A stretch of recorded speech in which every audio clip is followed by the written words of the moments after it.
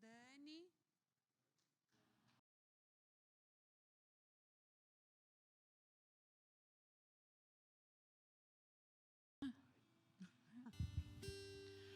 Boa noite.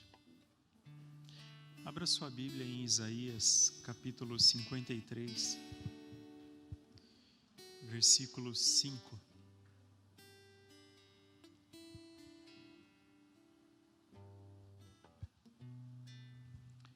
Isaías 53, versículo 5.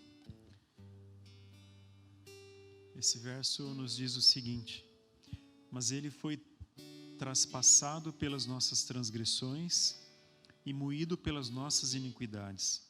O castigo que nos traz a paz estava sobre ele, e pelas suas pisaduras fomos sarados.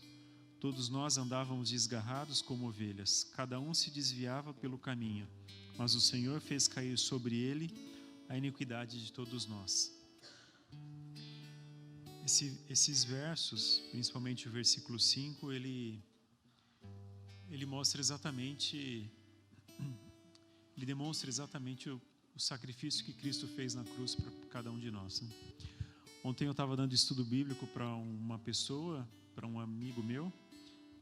A gente faz estudo bíblico pela internet, porque ele mora em Santos. E a gente estava estudando sobre o plano da salvação. E esse verso entrou no estudo.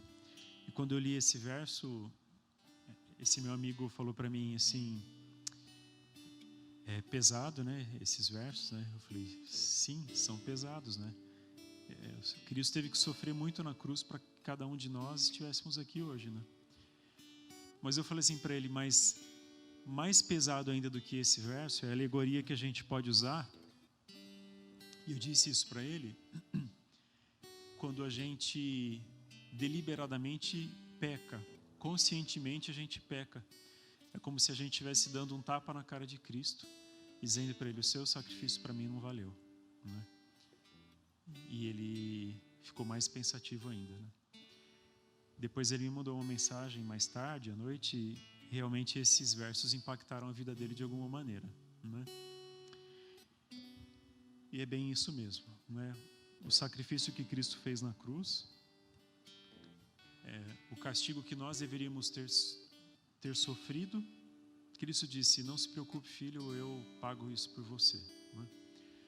Então esse é o tema, né? Esse é o motivo da gente fazer uma semana do Calvário, uma semana de oração, relembrar os últimos momentos de Cristo nessa terra, relembrar o sacrifício que Ele fez na cruz por nós e principalmente entregarmos nossa vida a Ele em gratidão por tudo que Ele fez por nós.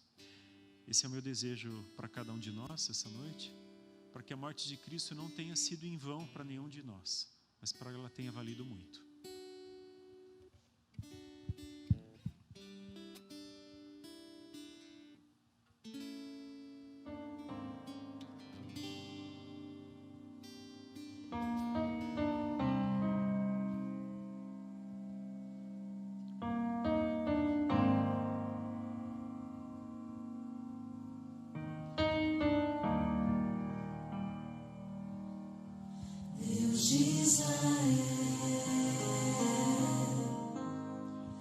Cristo Jesus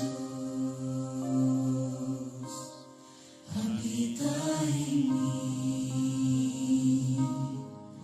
Espírito luz, grande é o teu nome, ó Deus de Israel, pois tu criaste a terra e o céu.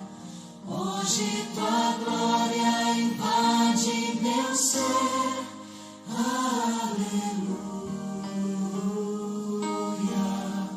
aleluia, aleluia,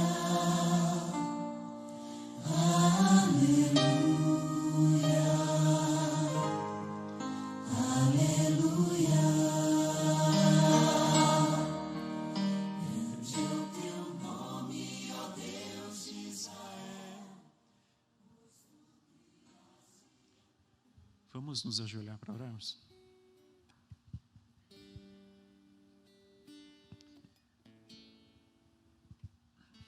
Santo, eterno e poderoso Deus, louvado seja o teu nome, Senhor. Nós te agradecemos por mais um dia de vida. Te agradecemos também por estarmos aqui, relembrando os últimos momentos da sua vida aqui na terra e relembrando o sacrifício que o Senhor fez por cada um de nós, Pai. O Senhor sofreu, o Senhor morreu e o Senhor ressuscitou por cada um de nós. Nós te agradecemos por isso, Pai, e pedimos que nós nos lembremos disso todas as manhãs. E que a sua morte na cruz não seja em vão para nenhum de nós aqui, Pai. Que todos os dias nos lembremos do teu sacrifício e que aos pés da cruz nós elevemos as nossas vidas, entreguemos as nossas vidas a Ti e que nós levemos os nossos pecados, Pai, com o teu sangue e que eles tornem a nossa vida branca e que nós sejamos dignos, Pai, de um dia estarmos contigo, porque aceitamos o seu sacrifício por cada um de nós, Pai. Pedimos tuas bênçãos sobre esse culto, sobre essa noite, suas bênçãos sobre o pastor também, que compartilhará a palavra com cada um de nós. Que teu Santo Espírito nos transforme e que nós saiamos daqui hoje cheios do teu Santo Espírito, Senhor. Perdoe os nossos pecados, Pai. Fica conosco. Nós rogamos essas bênçãos em nome de Jesus. Amém, Pai.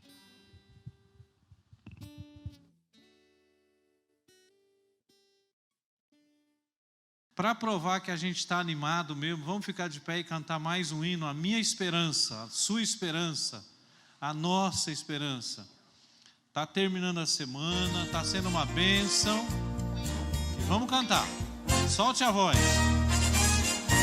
A minha esperança está no Senhor. Se a vida apresenta motivos para desanimar, Esperança está no Senhor. Essas nuvens escuras não querem passar. Esperança está no Senhor. Se alguém que eu amo vier me ferir, A minha esperança está no Senhor. se às vezes me esqueço de amar ou sorrir, É os homens. Esperança está no Senhor. se existem motivos pra desanimar, Se as nuvens escuras espalham temor, preciso aprender a sorrir e cantar. A minha esperança está no Senhor.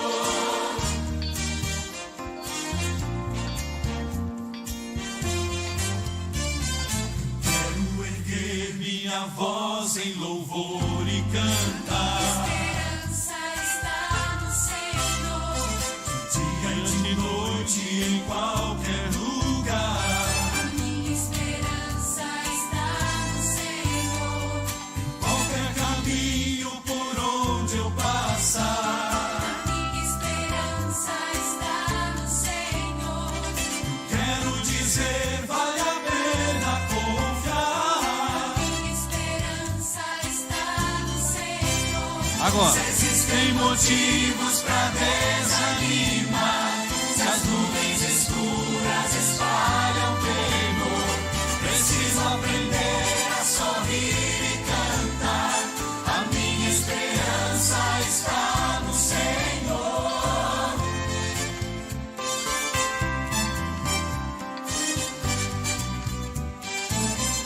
A minha esperança está no Senhor.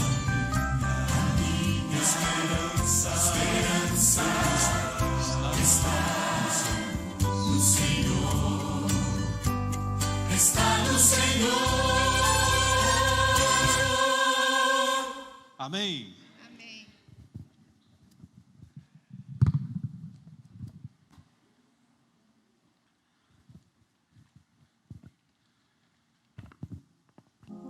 Se você pudesse mudar algo em seu passado, o que seria? Um momento, uma decisão, algo que talvez teria dado um rumo completamente diferente à sua vida? Quando você conversa a respeito disso com pessoas idosas ou que estão no leito de morte, a resposta é quase unânime.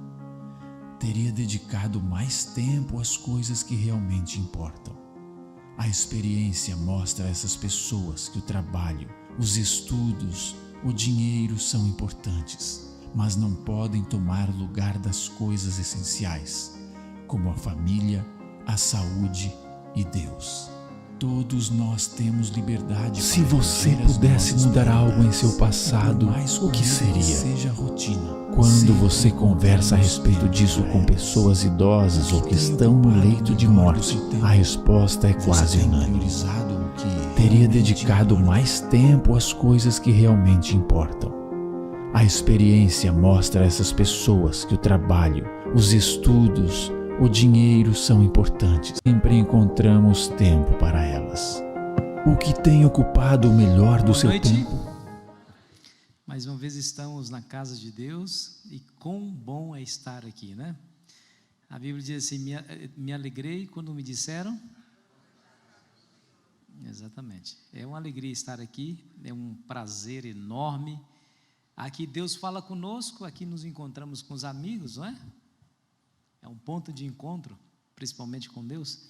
Então, parabéns por que você veio, espero que você leve para casa um coração cheio de paz e alegria, por saber que Deus está aí do seu lado, que Ele te ama, que Ele quer você lá no céu, quer a sua segurança, quer a sua felicidade, quer que você desfrute o melhor dessa vida. Que bom, né? Você viu o videozinho aí? Prioridade.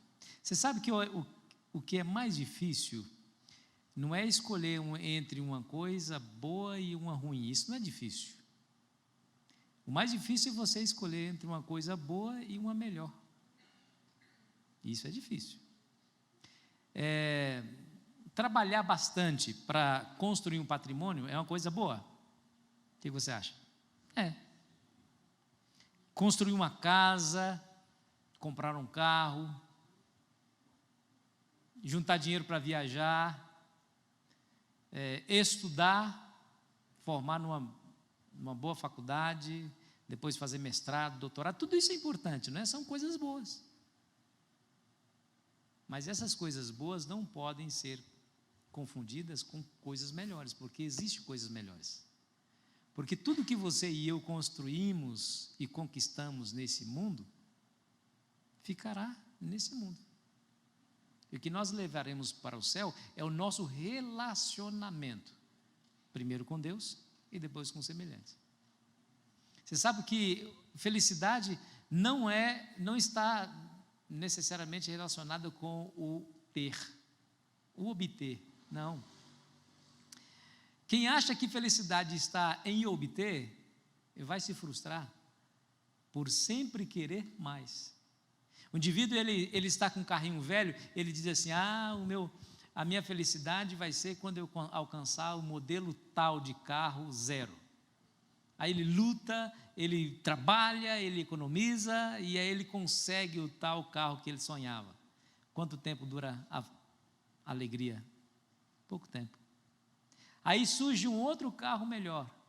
Mas a minha alegria vai ser quando eu conseguir aquele outro carro, né? Ou então, a minha alegria, eu vejo pessoas falando assim, a minha alegria e felicidade vai ser quando eu conseguir comprar o meu sítio, viver lá no sítio. Aí, coisa boa, né?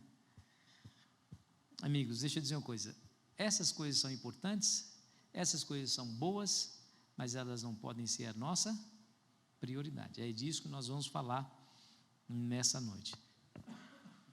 Abra sua Bíblia aí, Tiago capítulo 1, versículo 22. Tiago 1, versículo 22. Nós já estamos na quinta-feira, estamos terminando a nossa semana de oração. Está sendo uma bênção para mim, e espero que esteja para você também. Porque para mim está sendo uma bênção, viu? É um desafio, não é?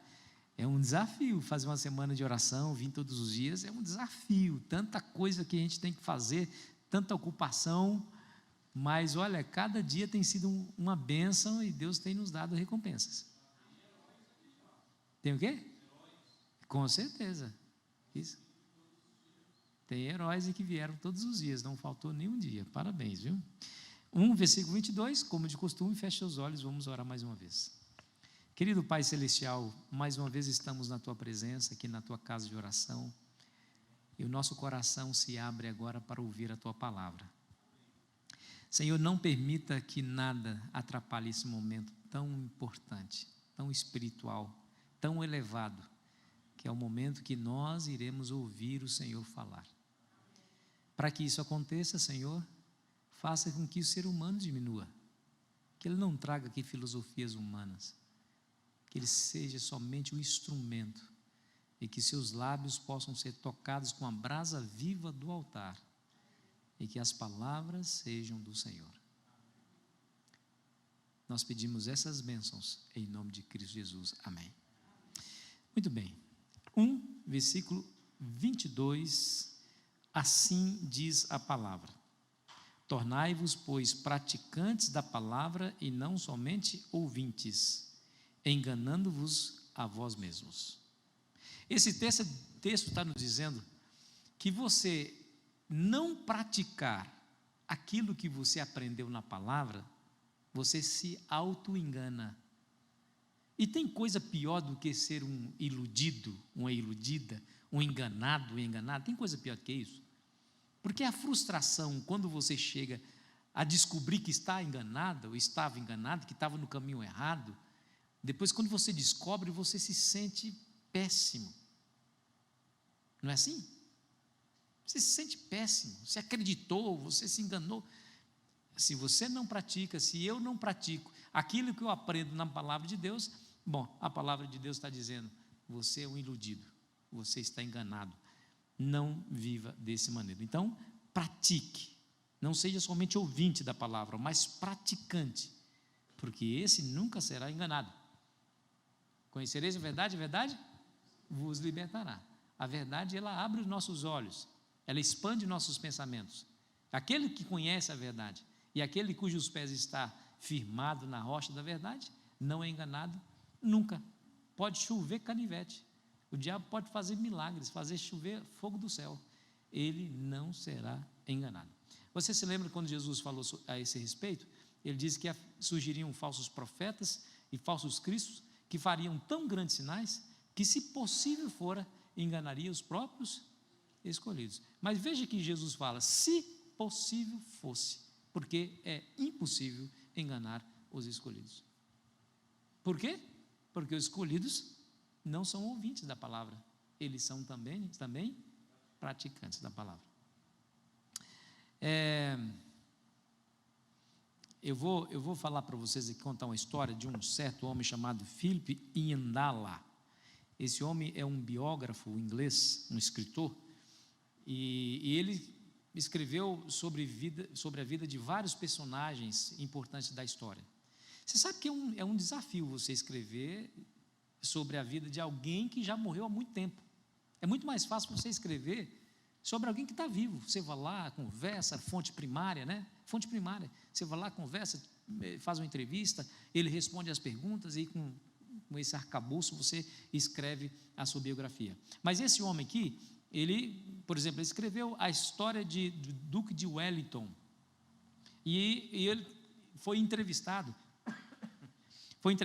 por um repórter que quis saber como que ele fazia para não somente trazer fatos históricos acerca do biografado, mas também para determinar o próprio caráter daquele que ele estava escrevendo. Como que você consegue escrever sobre o caráter dessa pessoa que viveu há muito tempo atrás, morreu há muito tempo atrás? Ele disse, olha, escrever fato histórico sobre alguém que já morreu há um tempo atrás, não é difícil. É só você ter coragem e não ter preguiça. Você tem que pesquisar. Então, você pesquisando, descobre fatos históricos. Mas é tremendamente complicado você escrever sobre a personalidade, sobre o caráter da pessoa que viveu há muito tempo atrás. E aí o repórter, então, lhe perguntou, então diga, porque quando você escreve, você não somente traz fatos históricos sobre o biografado, mas também você fala sobre o caráter dele. Como é que você consegue essas informações? Aí, quando ele contou a história da biografia de Duque de Wellington, ele diz que o governo britânico deu acesso a ele ao cofre pessoal do Duque de Wellington. E ali, ele abriu esse cofre, tinha alguns pertences pessoais desse homem, inclusive alguns talões de cheques. E ele, quando leu o canhoto dos cheques, hoje nem fala cheque, os mais novos nem sabem o que é, né? Mas quando ele leu o canhoto dos cheques, ali, dizendo ele, né? Ali ele pôde ver as prioridades e as principais preocupações que tornaram evidentes para esse homem. Aí ele diz, pude descobrir assim quem ele era e as coisas que ele realmente amava. Bom, as nossas prioridades revelam muito sobre nós. Aquilo que você coloca no seu coração revela quem você é. Bom, a vida é feita de escolhas, nós sabemos isso. A felicidade é o resultado das escolhas, né? As consequências que nós vivemos das escolhas que nós tomamos determinam o nosso fracasso ou a nossa derrota. Determina a nossa felicidade ou a nossa tristeza e frustração. Toda escolha, por menor que seja, ou aquela grande, aquela escolha que muda radicalmente a vida, ela tem consequência. E nós somos o resultado dessas consequências. As escolhas que nós fazemos precisam ser baseadas num conjunto de valores e princípios. Se as escolhas forem tomadas baseado nos princípios da palavra de Deus, nos valores da palavra de Deus, você terá muito mais chance de acertar. Então, cuidado quando você vai decidir. Pense, se eu vou decidir algo que vai mudar a minha vida, isso está sendo baseado nos valores eternos ou nos princípios desse mundo? Aqueles que buscam os valores eternos e têm mais chance de ser felizes. A maneira como você escolhe gastar o seu dinheiro, o seu tempo, o seu talento, vai revelar muito sobre a sua essência. Se você disser assim, a minha família é minha prioridade, é a coisa mais importante na minha vida. Mas se você não tiver tempo para a sua família, talvez você esteja dizendo, eu quero que a minha família seja a coisa mais importante, que seja número 1 na minha vida, porém, ela não está sendo. Foi feita uma pesquisa nos Estados Unidos, somente com cristãos. Só cristãos responderam essa pesquisa. Essa pesquisa era muito simples, tinha somente 3 questões. E depois uma aplicação do resultado da pesquisa. A primeira pergunta foi: o que está em primeiro lugar na sua vida? Essa foi uma pergunta simples. Imagina, falando isso para cristão, o que você responderia? O que é primeiro lugar na sua vida? Fala para mim. Deus. Deus está em primeiro lugar. Todo cristão responde isso. E nessa pesquisa, 100% dos entrevistados responderam a mesma coisa. Segundo lugar, teve uma pequena variação, mas mais de 90% responderam a mesma coisa. O que está em segundo lugar? Foi a segunda pergunta. O que está em segundo lugar na sua vida? Família. Mais de 90% responderam. Teve alguns outros lá desavisados que responderam outra coisa. Mas a maioria responderam família. E em terceiro lugar, aí teve uma margem um pouco maior de divergência, mas a grande maioria respondeu que o que está em terceiro lugar era o trabalho. Então, imagine só, Deus, família, trabalho. Imagine uma pirâmide. No topo, Deus, família, trabalho. É uma pirâmide. Aí veio a aplicação da pesquisa. Quanto tempo que você passa com cada um deles? Quanto tempo você passa com Deus? Quanto tempo você passa com a família? Quanto tempo você passa no trabalho? Aí a pesquisa revelou algo interessante.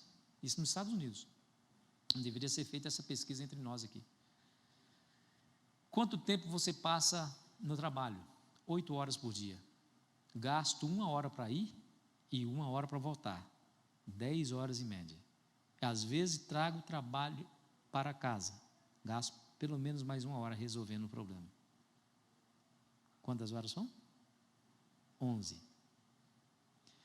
Quanto tempo você passa com a família? Bom, eu chego em casa, tomo um banho, vou jantar, fico ali 1 hora, 2 horas. Quanto tempo você passa com Deus? Não chegou a 1 hora, nem a 30 minutos. Porque lembra de Deus quando vai orar, quando vai comer e depois para dormir. Imagine o que aconteceu com a pirâmide. Deus no topo, família e trabalho. Imagina. Inverteu.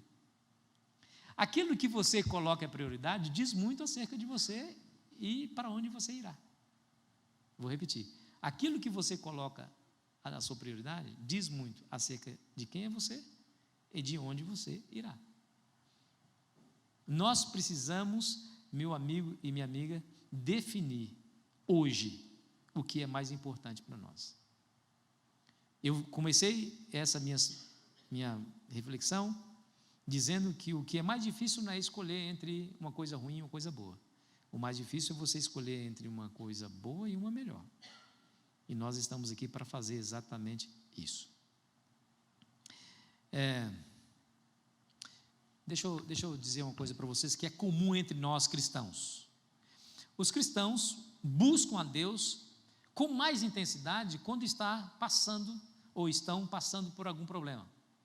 É comum quando você está sendo ameaçado por conta de uma doença, por conta de um desemprego, quando você está num aperto, é muito comum você ajoelhar e pedir a Deus, e é bom que você o faça. Mas nem sempre buscar a Deus nos momentos de aperto significa que você o colocou em primeiro lugar. Nem sempre. Vamos ver 3 lições aqui do uso que a Bíblia faz da palavra prioridade. Nós não temos aí na Bíblia a palavra prioridade, mas o conceito prioridade nós temos. Por exemplo, quando a Bíblia fala primeiro ou primeiramente. primeiro e primeiramente são conceitos de prioridade. Então, vamos ver 2 exemplos, melhor dizendo, 3 lições acerca desse assunto. Primeiro, a relação a Cristo. Cristo põe o pecador em primeiro lugar.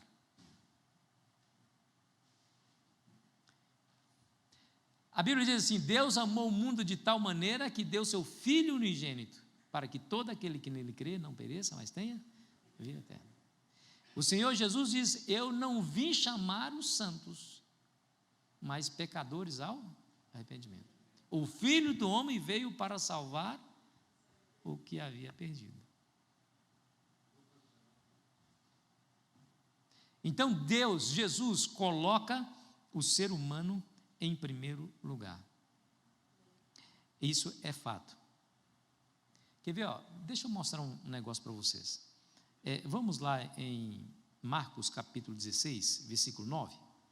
Vamos ver um fato, um episódio na vida de Cristo que revela muito sobre a prioridade de Jesus em relação ao ser humano, ao pecador. Marcos capítulo 16 e o versículo 9, que nos diz assim, acharam aí? Amém ou misericórdia? Então, como eu vi a palavra misericórdia, eu vou esperar mais um pouquinho. Marcos 16, versículo 9. Amém, né? Havendo ele ressuscitado de manhã cedo, no primeiro dia da semana, apareceu primeiro a quem?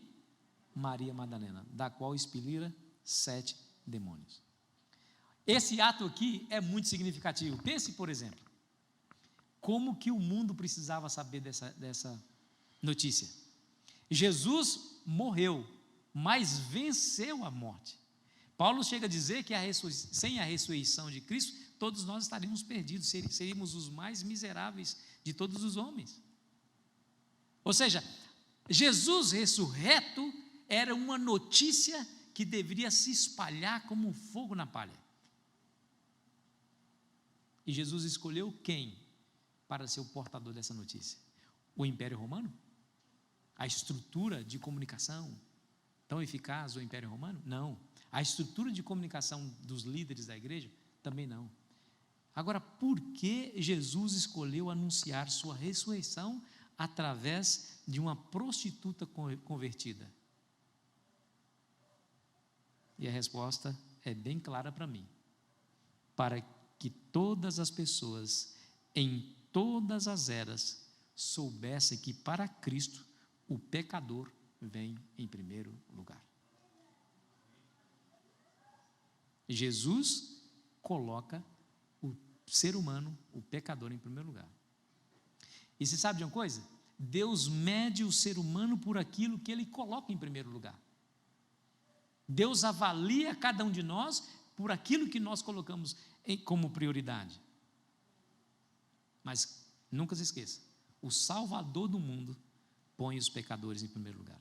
E essa é a primeira lição que eu gostaria de deixar com os irmãos. Segunda lição, o pecador, por outro lado, põe a si mesmo em primeiro lugar. Em contrapartida, em contradição, em oposição ao que Jesus faz, o ser humano se põe em primeiro lugar. Você sabe que uma das características, 2 características comuns a todos os seres humanos é egoísmo e cobiça.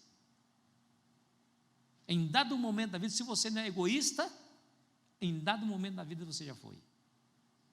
Se você é cobiçoso hoje ou não é, em dado momento você já foi. O fato é que 100% dos seres humanos ou são egoístas e cobiçosos, ou foram egoístas e cobiçosos. Aí tem um problema. Porque o egoísmo, o que é o egoísmo? Aí são 2 palavras gregas, né? O primeiro pronome grego é ego. Quando Jesus fala assim, eu sou, lá no grego é ego eimi, eu sou. Porque ego é o primeiro pronome da língua grega, significa eu. Ego significa eu. Egoísmo é aquele que coloca o eu no centro das suas decisões. Só que Satanás, ele é muito esperto, né?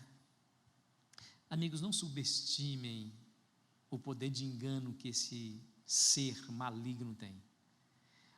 Além de ele estar numa categoria superior dos seres humanos, ele tem milênios de experiência, milênios. Ele sabe o que dá certo com o tempo, ele não tem pressa, ele joga com o tempo. Ele lança a semente, ele coloca o laço e só espera para que o ser humano, movido pelo egoísmo, caia, ou pela cobiça, caia nas suas armadilhas. Ele não diz para você assim, seja um egoísta, não é essa insinuação que ele faz, não, mas ele coloca situações e coisas diante dos seus olhos para que você se torne egoísta e cobiçoso. Deixa eu contar outra história, em outro fato relacionado com a vida de Cristo, para você entender. Lucas capítulo 9, versículos 59 e 60. Lucas capítulo 9, versículos 59 e 60. Escute bem. Está bem pertinho aí, se você manteve a Bíblia aberta, então você vai encontrar rápido. 9, 59 e 60 diz assim: A outro disse Jesus, segue-me. Ele, porém, respondeu, permita-me ir primeiro sepultar meu pai. Mas Jesus insistiu, deixa os mortos sepultar os seus próprios mortos. Tu, porém, vai e prega o reino de Deus. Você viu o que esse indivíduo falou para Jesus? Jesus teve um chamado muito claro, vem, segue-me. E ele disse, Senhor, espera aí, deixe primeiro eu sepultar o meu pai. Ou seja, Senhor, eu tenho algo que é mais prioritário do que atender o seu chamado agora. Eu não posso segui-lo agora. É como se ele estivesse dizendo assim, Senhor, não posso ir ainda. Quando eu tiver tempo bastante, eu irei. Outras pessoas poderiam dizer, ao ouvir Jesus chamar, Jesus chama cada um de nós, chama você, chama a mim, todos os dias, vem e segue-me. Aí talvez a gente, por conta das nossas prioridades, por conta daquilo que nós colocamos em primeiro lugar na nossa vida, talvez a gente diz, Senhor, quando eu tiver tempo bastante, aí eu seguirei.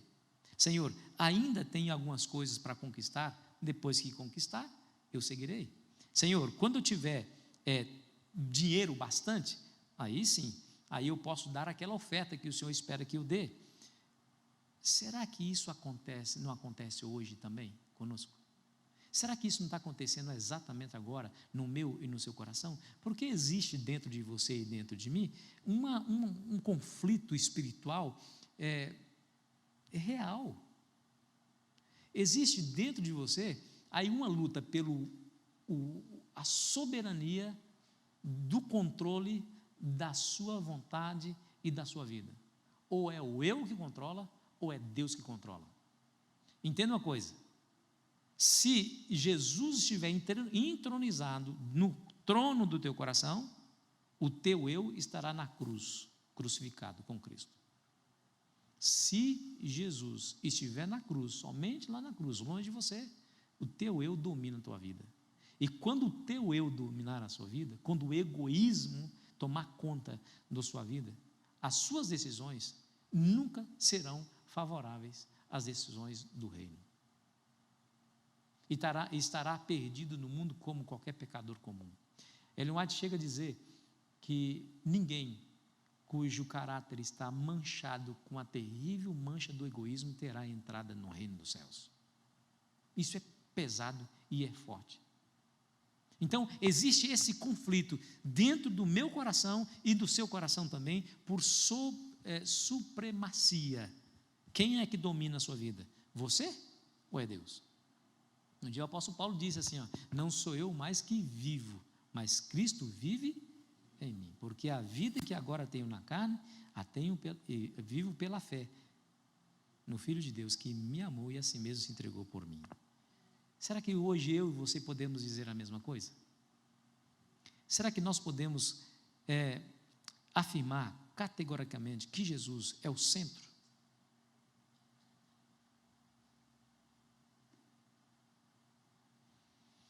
Deixa eu dizer uma coisa para você. Eu já vi pessoas dizendo assim, pastor, mas eu não estou preparado ainda. Você já viu essas frases, né? Talvez você já disse essa frase. Pastor, eu não estou preparado ainda para seguir, para servir, para buscar, para ir para a igreja, para ser batizado, Eu não estou preparado ainda. Porque me falta fazer isso, fazer aquilo outro. Aí começa a enumerar uma série de coisas que ele precisa vencer. O dia que eu vencer, o dia que eu resolver essa situação, certamente eu vou. Aí o diabo acabou de ouvir a pretensão. Porque o diabo não consegue ler o seu pensamento nem o seu coração. Somente Deus pode fazer essa leitura. Então ele acabou de ouvir a sua pretensão. Eu vou para Jesus o dia que eu fizer isso, aquilo outro. O diabo ouviu e pensa: é isso mesmo que ele quer? Ele quer se desvencilhar desses problemas para ir a Cristo? Então é aí que eu vou colocar os problemas na vida dele. O dia que você esperar sobrar tempo para ir e servir a Jesus, saiba que você nunca terá tal tempo. Porque o diabo, o inimigo de todos nós, vive como um leão que ruge ao derredor, procurando alguém que possa devorar. Veja que ele está ao derredor, ele está perto e próximo. Ele não vai deixar.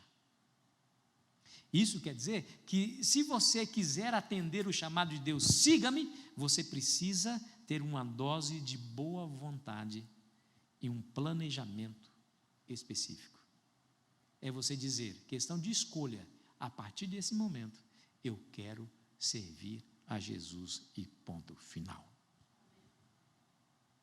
Você já ouviu falar em Mateus, cobrador de impostos. Levi e Mateus. Cobrador de impostos naquela época era um inimigo da nação. Você sabe que, imagina, o Império Romano conquistou Jerusalém, conquistou a Palestina e cobrava impostos dos moradores.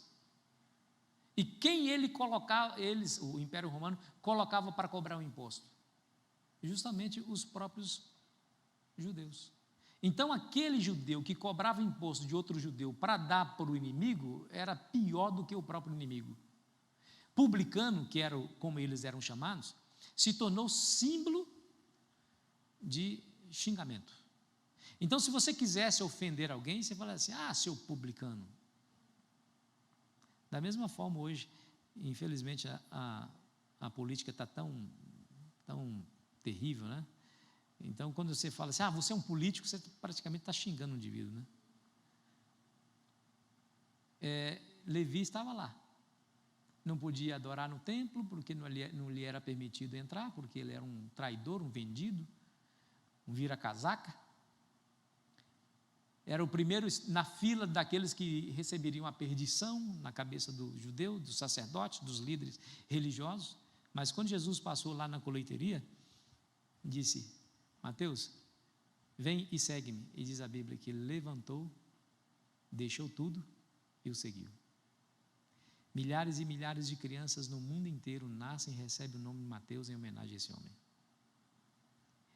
4 pessoas foram usadas por Deus para escrever sobre Jesus o evangelho que está registrado na Bíblia. Um deles foi Mateus. Quando você ouvir Jesus falar: vem, segue-me, não enumere as suas dificuldades. Levante, decida, deixa tudo e segue. Eu nunca vi ninguém se arrepender por ter tomado essa decisão. Aliás, há um único arrependimento. O arrependimento é: por que eu não fui mais cedo? Entende?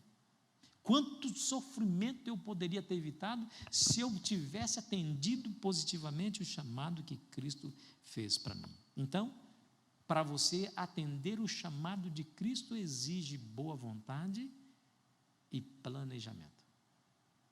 Vá e segue, feche os olhos, se jogue, entregue, deixa Jesus tomar conta da tua vida.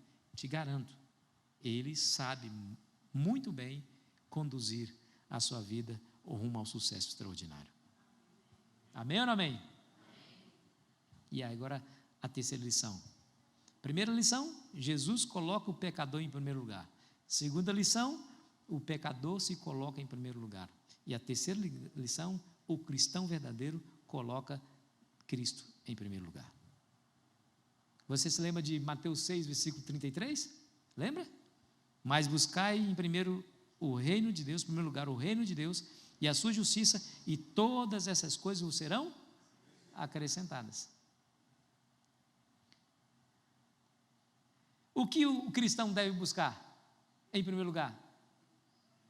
Irmãos, eu estive lá no continente africano, eu queria muito levar todos vocês para lá. Em julho nós estamos planejando aí, vamos, se Deus quiser, vamos orar aí para que Deus nos ajude a levar um grupo lá. Quem quiser me procura no particular, mas vamos para Angola. Se você quer saber o que é a igreja de Deus, vai na Angola. O povo lá, eles vivem, eles gravitam em torno da igreja. Você sabe qual que é o pensamento deles? O pensamento deles é o seguinte: vai ter um evangelismo na igreja, eu não posso ficar em casa, porque eu vou fortalecer o evangelismo estando presente. Aí eles saem, andam 20, 15 quilômetros a pé para estar na igreja, e vão cantando, porque ele entende assim, ó, se eu não for, o evangelismo não será tão forte, então eu preciso ir. Eles entendem que ele, no caso, o indivíduo, é uma pequena parte de um todo, mas se ele faltar, o todo fica mais fraco, então ele vai. Quando há uma convocação na igreja e você está presente, com a sua presença você fortalece tudo o que está acontecendo na igreja, tudo. Por outro lado, quando há uma convocação na igreja e você não está presente, a sua presença enfraquece o que está acontecendo aqui. Não pensa assim, mas se eu não for, fulano de tal vai, aí não tem problema. Não pensa assim, se você não for, nada acontece. O verdadeiro cristão coloca o reino de Deus em primeiro lugar, e tudo que o reino significa. Por exemplo, qual é o interesse de Cristo? Quando a igreja convocasse para o evangelismo e Jesus estivesse aqui, onde você acha que Jesus estaria? Você acha que Jesus não estaria envolvido no evangelismo? O que você acha, sim ou não? Bom, o que é preciso para fazer um evangelismo? Precisa de recepção, é preciso de músicos, é preciso de pessoas orando, não é? É preciso gente para visitar, para dar estudo bíblico. Se a igreja estivesse envolvida no evangelismo e Jesus estivesse em pessoa, ele seria o primeiro a puxar a fila. Eu não tenho dúvida disso. Então, o verdadeiro cristão, ele se envolve naquilo que Jesus prioriza. O que é importante para Jesus é importante para ele. Buscai em primeiro lugar o reino de Deus e a sua justiça. Mas, olha só, todas essas coisas vos serão acrescentadas. Aqui Deus coloca em prioridade as coisas, em ordem de importância. Primeiro Deus, depois as coisas. Primeiro Deus por meio da justiça. Nós conseguimos o reino de Deus por meio da justiça de Cristo. Buscar, pois, o reino de Deus e a sua justiça. Então nós conseguimos o reino por meio da justiça de Cristo. E depois, somente depois, as outras coisas. Com isso, Jesus está dizendo o seguinte: meus filhos, eu não quero que vocês sejam alienados. Eu quero que vocês sonhem, que vocês planejem, que vocês tenham coisas, que vocês realizem aí os desejos do seu coração. Eu quero tudo isso, porque tudo isso faz parte da história humana e torna um homem feliz. Ele constituir uma família, ele construir um patrimônio, ele ter conforto, ele ter condições de viajar, tudo isso é importante e eu quero que você sonhe, que você planeje, eu vou te ajudar nessas coisas. O que Deus não quer é que você faça disso a sua prioridade, que você inverta a ordem natural das coisas, porque quando você inverte, você não consegue uma coisa nem a outra, não agrada a Deus e fica lutando a míngua até conseguir alcançar os seus objetivos. Aí você se lembra do Salmo, 37, verso 4, deleita-te no Senhor, e Ele concederá os desejos do seu. Viu que Deus importa com seus desejos? Viu que Deus quer que você sonhe? Viu que Deus quer que você planeje para ter coisas nessa vida? Pô, imagina os prazeres da vida, poxa, você ter condições de poder fazer um belo de um almoço com tudo aquilo que você sonha, ou ir num restaurante, ou ir numa viagem, ir para o Nordeste, ir para Paris, ir para Japão, ir não sei lá, não sei aonde você gostaria de ir.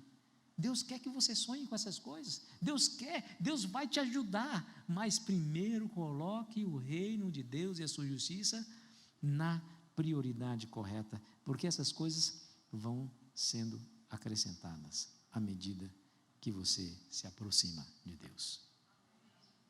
Entendeu?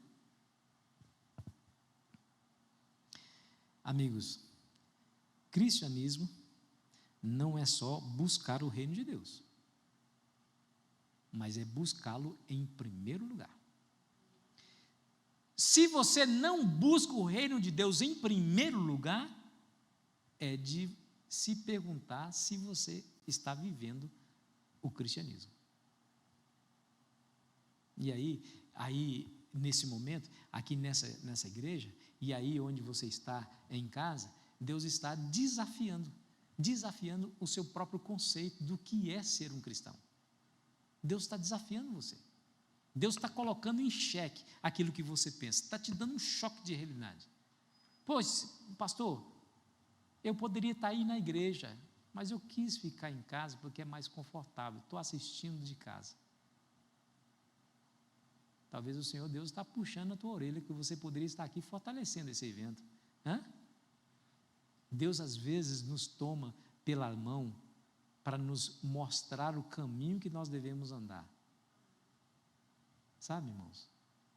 Aqui é o momento que a gente reavalia todas as coisas, inclusive os nossos pensamentos.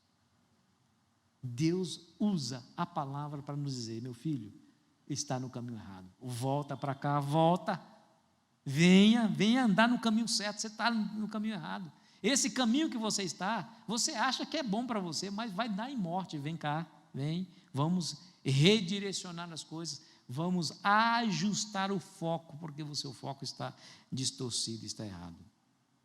Repito, cristianismo não é somente buscar o reino de Deus, porque muitos de nós buscamos o reino de Deus, mas em segundo, em terceiro, em quarto, em quinto lugar. Cristianismo é buscá-lo em primeiro lugar, colocá-lo como uma prioridade número 1 da nossa vida. Porque se não, estamos na direção errada, né? Bom,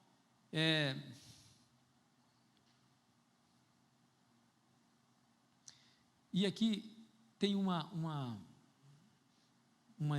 aplicação que é importante você entender, e eu também. Buscar o reino de Deus em primeiro lugar também nos fará determinar o que está em segundo lugar. O que está em primeiro lugar é Deus e a sua justiça, e o que está no segundo lugar é amar o próximo como a ti mesmo.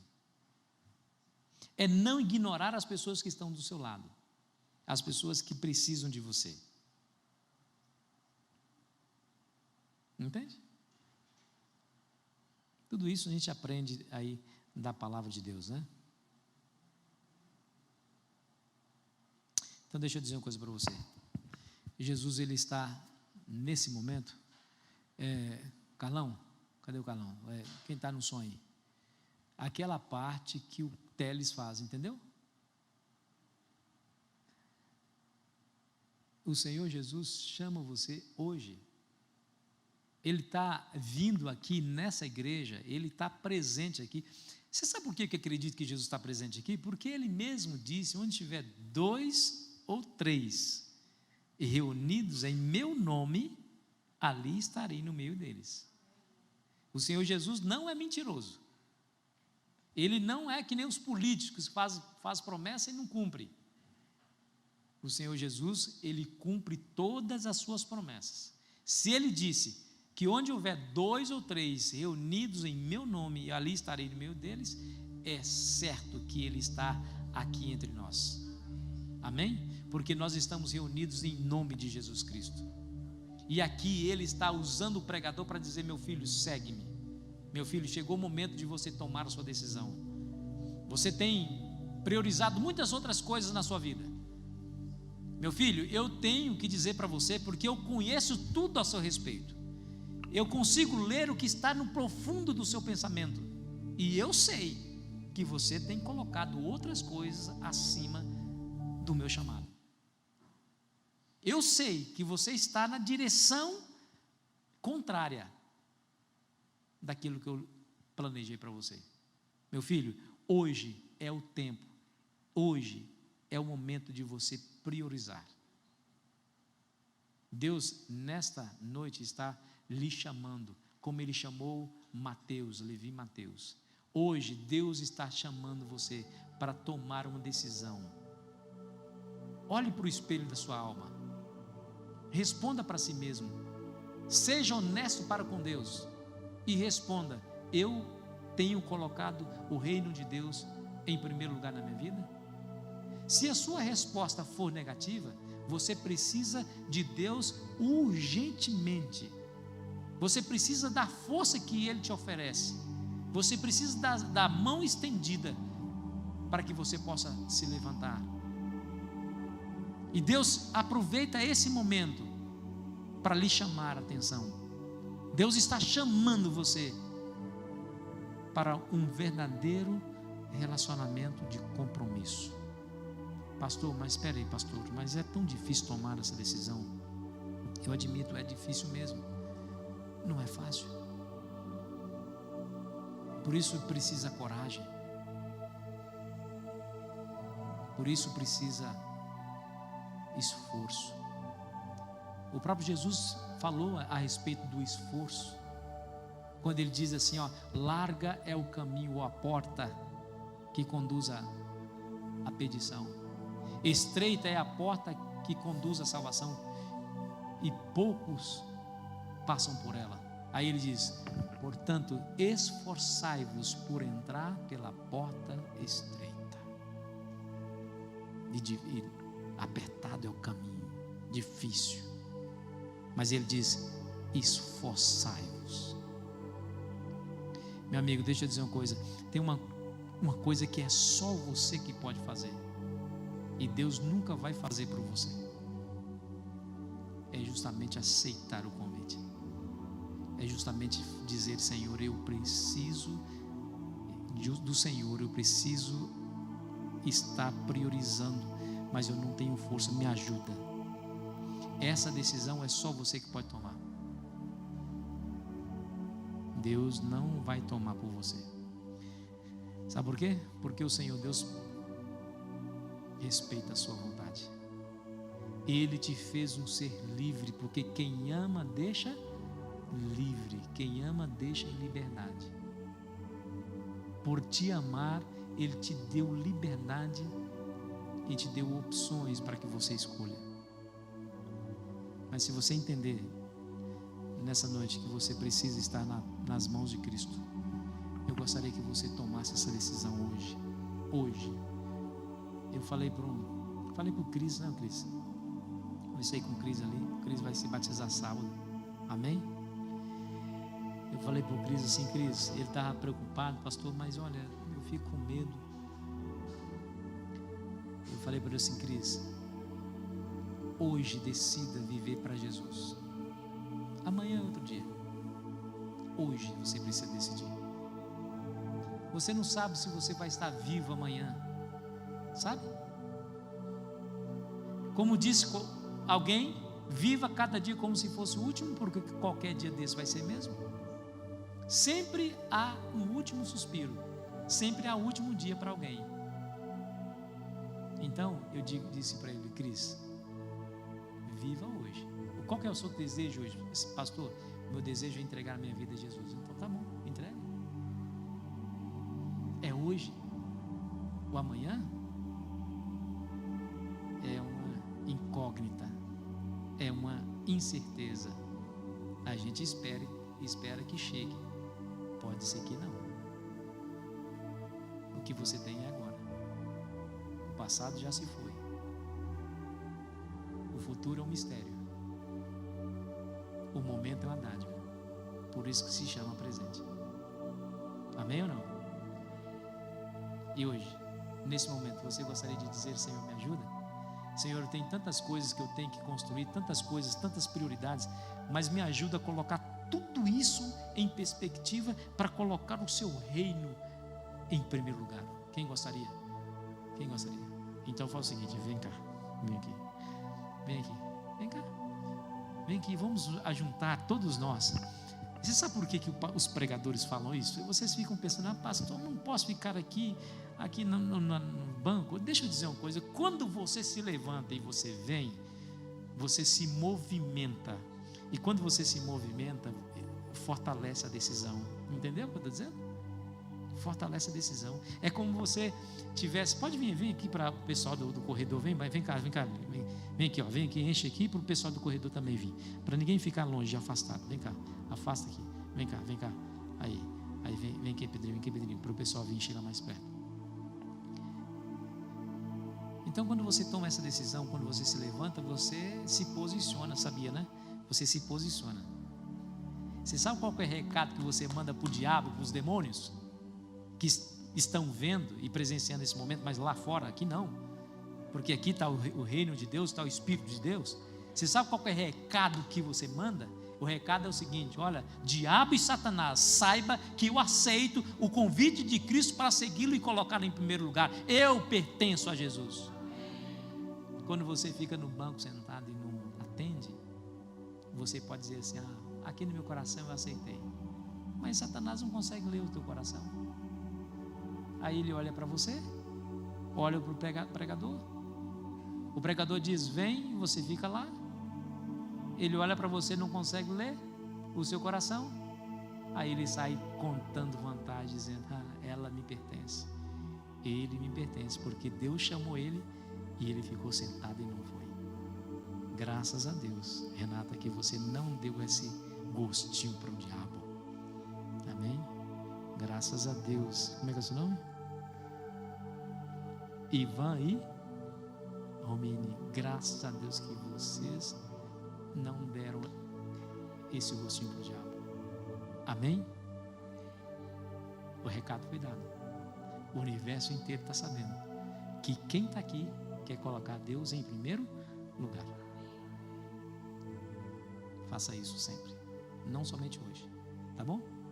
Faça isso sempre. Sempre. Deus abençoe vocês dois, vocês três. A coisa mais linda do mundo também. Amém? Deus abençoe, viu? Vamos orar. Querido e bom Pai, nós queremos te agradecer porque nos trouxe a esse santo e bom lugar para ouvir a tua palavra. E como era de se esperar, a tua palavra nos desafia, nos faz sair do nosso círculo de conforto, mas sempre para o nosso bem, sempre para o nosso melhor. Pai, nós estamos aqui admitindo que muitas vezes nós não temos colocado o Senhor em primeiro lugar na nossa vida, nem o seu reino. Senhor, nós queremos lhe pedir que nos dê força, assim como os seus discípulos lhe pediram: aumente nossa fé. Nós também pedimos, Senhor, aumente a nossa fé, aumente, Senhor, a nossa disposição, nossa força moral, nossa força espiritual, para que nós possamos tomar a decisão, saber tomar a decisão correta, colocá-lo em primeiro lugar na nossa vida, todos os dias, não somente hoje, não somente nesse momento, mas sobretudo quando vier a tentação, quando vier aqueles momentos que nós precisamos escolher. Senhor, nos prepara nesse tempo de paz para essa decisão, porque chegará o tempo de angústia. Chegará o tempo em que todos nós não teremos que escolher sobre coisas banais, como guardar o sábado ou não guardar. Não que isso seja banal, mas não é tão difícil. mas chegará o momento que nós teremos que decidir entre a nossa própria vida ou negar a Jesus. Que quando esse dia chegar, ó Deus, que nós saibamos a decisão que devemos tomar. Abençoe-nos nessa noite. Leva-nos em paz para os nossos lares e nos traga novamente para esse santo e bom lugar, a fim de ouvir mais da Tua palavra, em nome de Jesus. Amém. Que Deus abençoe cada um de vocês, em nome de Jesus. Hoje você poderia ter perdido, viu? Veio porque quis, mas amanhã não perca não, que vai ser melhor. Deus abençoe todos nós. Nós vamos cantar o último hino, peço que você fique de pé.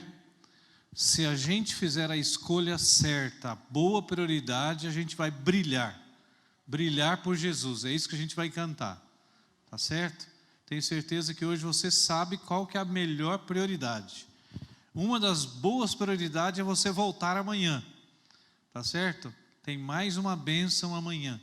E no sábado a alegria de ver os nossos irmãos nascer de novo, né? Então não vamos perder esse momento especial. Vamos cantar.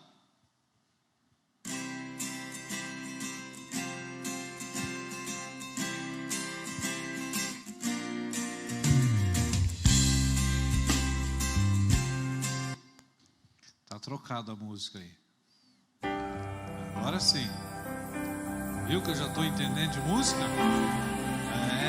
Vocês também, você já sabia, né? Não é essa, agora é. Vamos lá?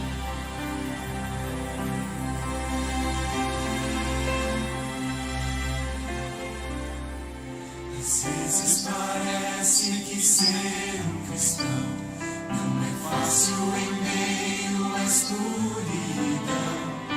Ainda mais se eu pensar que não é minha luz, mas a minha com Deus que o brilho produz.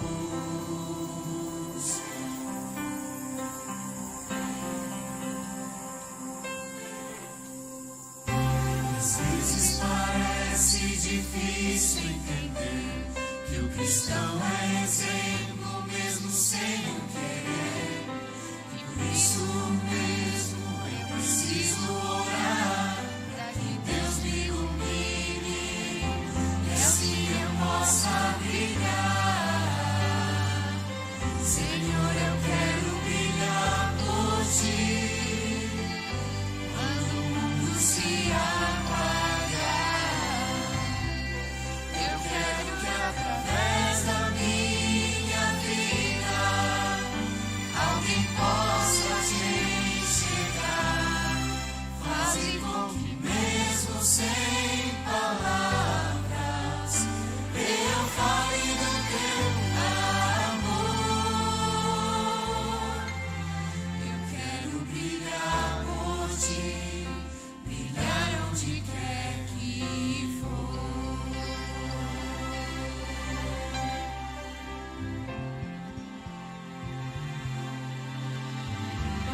Às vezes eu temo que vou fracassar, pois eu sei que errei e continuo a errar. Mas a minha luz parece extinguir-se. Meu Deus, me dá força pra prosseguir.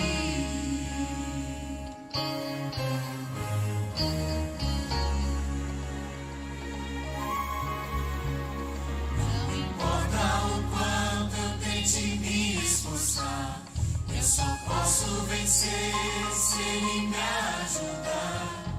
E quando percebo meu esforço é vão, o que devo fazer é segurar sua mão.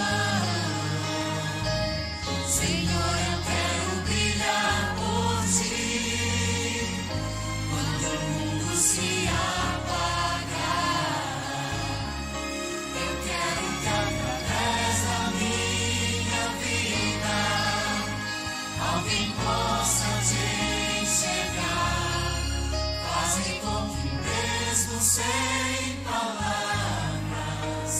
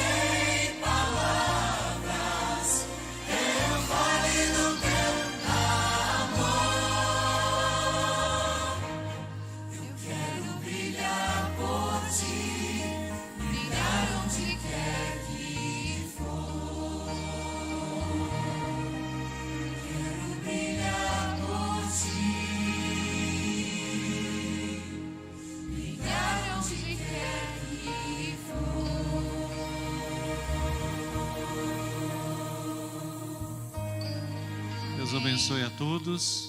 Obrigado pela presença e até amanhã.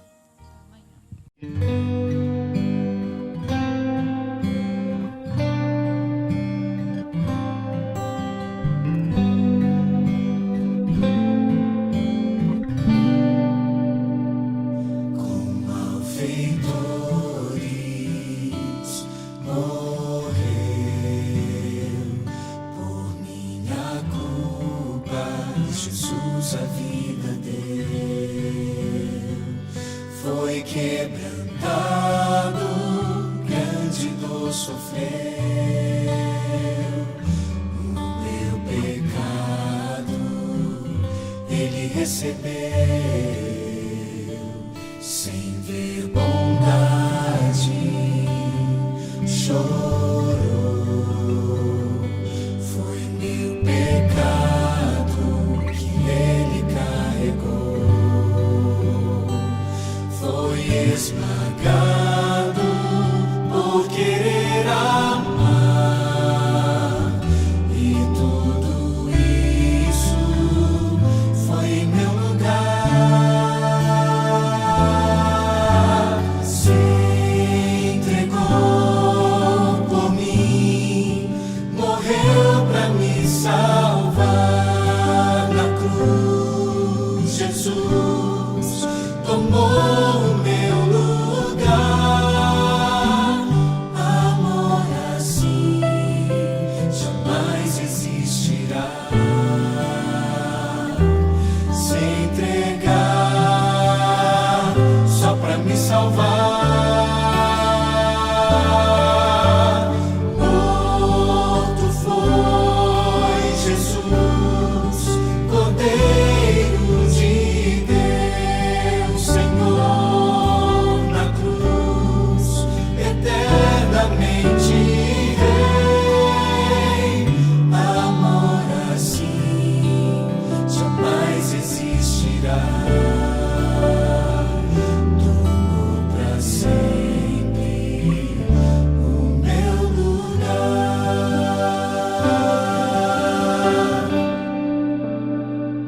Com malfeitores morreu por minha culpa. Jesus a vida deu,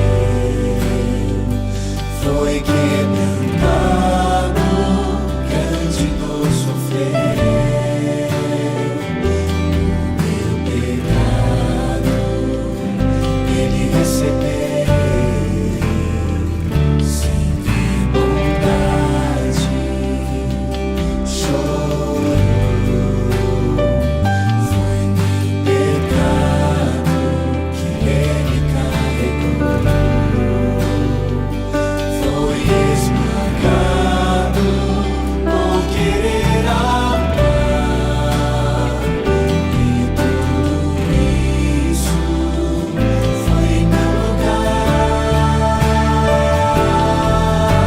Se entregou por mim, morreu pra me salvar na cruz. Jesus tomou o meu lugar. Amor assim jamais existirá. Se entregar só pra me salvar. Morto foi Jesus, Cordeiro de Deus, Senhor na cruz, eternamente Rei. Amor assim jamais existirá.